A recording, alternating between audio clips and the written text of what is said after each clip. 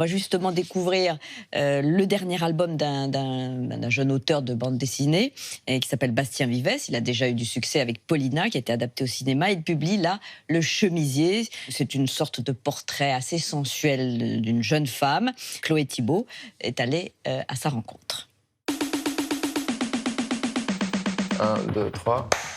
Je suis en train de me demander si je vais continuer la bande dessinée ou pas. Mais, Un verre de coca sans bulle, une paire de mecs qui s'enfuient. dans la tête de Séverine, c'est assez drôle parce que pour moi, c'est quelqu'un qui s'est un petit peu réveillé. Pour elle, il y a tout qui se bouscule. Elle n'arrive pas du tout à voir le moment présent. Il y a quelque chose d'urgence. Voilà. Je pense que dans la tête de Séverine, elle est en état d'urgence. Un verre de coca sans bulle, une paire de mecs qui s'enfuient. J'aime beaucoup prendre des bains. Les bains est un endroit incroyable pour réfléchir à ces histoires, pour voir un petit peu le plan qu'on a quand on est en train un peu d'écrire. J'écris pas avec un papier, un stylo, et j'écris jamais mes scénarios, donc je les ai tout le temps dans la tête et je les ressasse comme ça. Il y a des journées où je mets le premier album de Brassens et je le fais défiler jusqu'au dernier. Comme les gens regardent des séries Netflix, j'écoute les discographies comme ça. Au village sans prétention, j'ai mauvaise réputation. Que je me démène ou que je reste quoi, je passe pour un je ne sais quoi. Je sors dehors voir la lune et les nouvelles. Rien foutre? Non, j'ai du mal à rien foutre.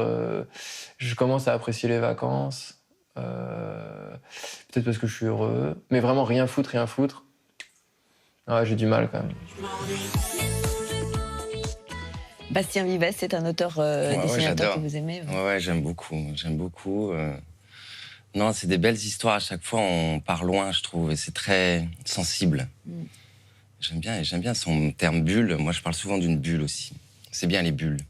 Vous auriez pu écrire des bandes dessinées vous-même, ou dessiner, ou en tout cas... Ouais, imaginer. c'est une idée que je caresse. J'aimerais bien faire une bande dessinée. J'aimerais bien. Ouais. J'ai pas encore l'histoire, mais j'aime bien ce format.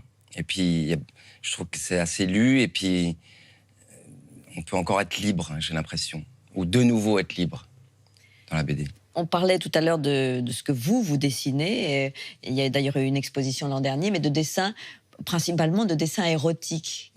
Pourquoi ce centre d'intérêt, cette inspiration-là? C'est pas franchement un centre d'intérêt, c'est qu'en fait, j'en ai beaucoup. Parce que pour moi, c'est une façon de m'y remettre. Donc, comme je suis pris par des tournages, etc., la façon la plus instantanée de me remettre au dessin, c'est de dessiner des corps. Parce que d'un coup, ça me parle, il y a quelque chose de très spontané et de très... Voilà, on voit très vite si une jambe tient la route ou si elle est bancale. Donc, du coup, c'est vrai que il y a pas mal de corps dans tout ce qui me reste. Mais c'est pas franchement, je pense pas y penser plus que ça. Il y a un obsédé. Non, je suis pas franchement comme ça, si ce n'est que ça m'amuse, en fait. Moi, c'est plutôt... Parce que moi, j'aime beaucoup Crumb, j'aime beaucoup les dessinateurs. Et puis, j'ai fait pas mal de cours de nuit. C'est vrai que je suis allé dans la Grande Chaumière, des endroits où on dessine des corps. Et j'aime bien le corps. Je trouve que c'est quelque chose qui nous parle, c'est assez universel. Et on peut faire plein de choses avec les corps. On peut s'amuser, ça peut nous exciter, c'est vivant, un corps. Donc, c'est sans fin, voilà. Alors, on attend une prochaine exposition ou une bande dessinée, Ouais. bien sûr, de Romain Duris.